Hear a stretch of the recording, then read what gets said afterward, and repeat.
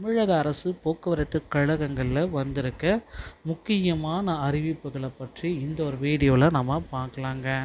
மக்களை, நீங்கள் நம்முடைய சேனலை முதல் முறையாக பார்க்குறீங்க அப்படின்னா மறக்காமல் ஒரு சப்ஸ்கிரைப் அண்ட் பெல்லை கிளிக் பண்ணி வச்சுக்கோங்க.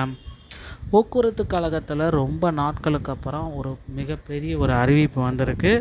தமிழக அரசு போக்குவரத்து கழகங்களில் காலி பணியிடங்களை நிரப்புவது குறித்து முதலமைச்சர் விஜய் அவர்கள் எப்பொழுது அந்த அறிவிப்பை வெளியிட இருக்காரு. பேருந்துகளுடைய கட்டணம் அதிரடி உயர்வு தன்னிச்சையாக முடிவெடுக்கும் தனியார் பேருந்து உரிமையாளர்கள். இந்த பேருந்துகளுடைய உரிமத்தை போக்குவரத்து துறை அமைச்சர் பார்த்திபன் அவர்கள் உடனடியாக ரத்து செய்வாரா என்ன அப்படின்றது எல்லாமே வீடியோவில் பார்க்கலாம் வாங்க.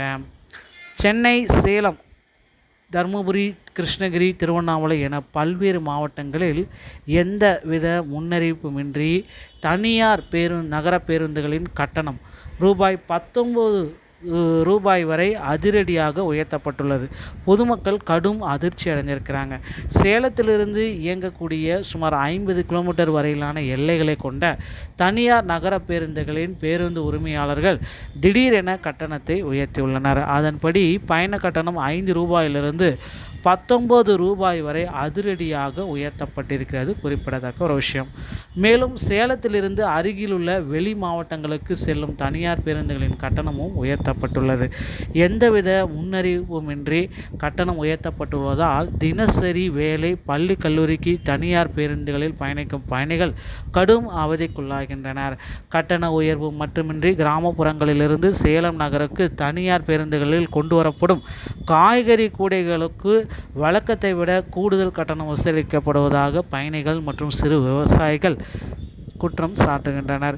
சேலம் மாவட்டத்தில் மட்டுமின்றி தருமபுரி, கிருஷ்ணகிரி, திருவண்ணாமலை என பல்வேறு மாவட்டங்களில் எந்தவித முன்னறிவிப்புமின்றி தனியார் நகர பேருந்துகளில் கட்டணம் அதிரடியாக உயர்த்தப்பட்டுள்ளதால் பொதுமக்கள் கடும் அதிர்ச்சி அடைஞ்சிருக்காங்க.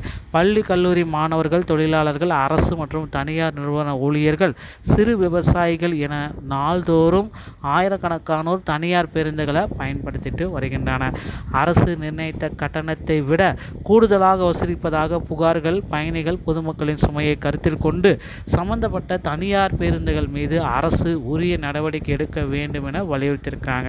ஸோ இதுக்கு என்ன, போக்குவரத்து துறையுடைய அமைச்சர் இருக்கக்கூடிய சேலம் மாவட்டத்திலேயே இது நடந்திருக்கிறது தான் ஒரு வேதனைக்குரிய செயல். ஸோ போக்குவரத்து துறை அமைச்சர் பார்த்திங்கன்னா பார்த்திபன் சேலம் மாவட்டத்தை சொந்த ஊராக கொண்டிருக்காரு. அவருடைய மாவட்டத்திலேயே தனியார் பேருந்துகள் ஒரு மிகப்பெரிய ஒரு கொள்ளை அடிச்சிட்டு இருக்காங்க. இதற்கு போக்குவரத்து துறை அமைச்சர் உரிய நடவடிக்கை எடுப்பாரா?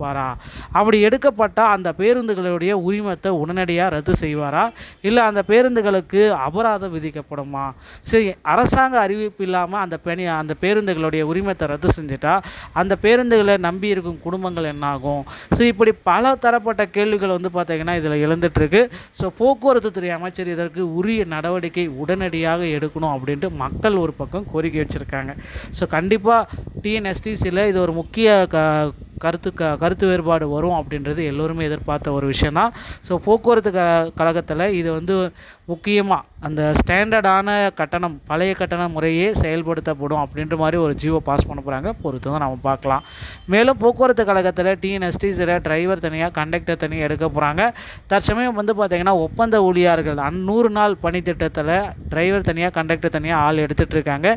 நீங்கள் ஜாயின் பண்ணணும்னு நினச்சிங்கன்னா உங்கள் அருகாமையில் இருக்கிற பேருந்து பணிமனையை அணுகி உடனடியாக அந்த டிப்போவுடைய மேனேஜரை காண்டாக்ட் பண்ணி நீங்கள் பணிக்கு ஜாயின் பண்ணிக்கலாங்க. உங்கள்கிட்ட வேலிடான டிரைவிங் லைசன்ஸ் இருந்தாலே போதுமானது. அதே போல் கண்டக்டர் ஆகணும் அப்படின்னாலும் கண்டக்டர் லைசன்ஸ் இருந்தால் போதுமானதுங்க. ஸோ வரக்கூடிய செப்டம்பர், அக்டோபர் மாதங்களில் போக்குவரத்து கழகத்தில் 20,000 காலி பணியிடங்களை அறிவிப்பை முதல்வர் விஜய் அவர்கள் விரைவில் வெளியிட்டிருக்கிறாரு. 78,000 கோடி பார்த்திங்கன்னா போக்குவரத்து கழகத்துக்கு நிதி ஒதுக்கீடு செய்யப்படுவதாகவும் புதிய அறிவிப்புகள் நமக்கு வந்துட்டுருக்குங்க. டிஎன்எஸ்டிசி சம்பந்தமான இந்த செய்திகளை நீங்கள் உடனுக்குடன் பெற நீங்கள் நம்முடைய சேனலோடு இணைந்திருங்கள். நன்றி, வணக்கம், தேங்க்யூ.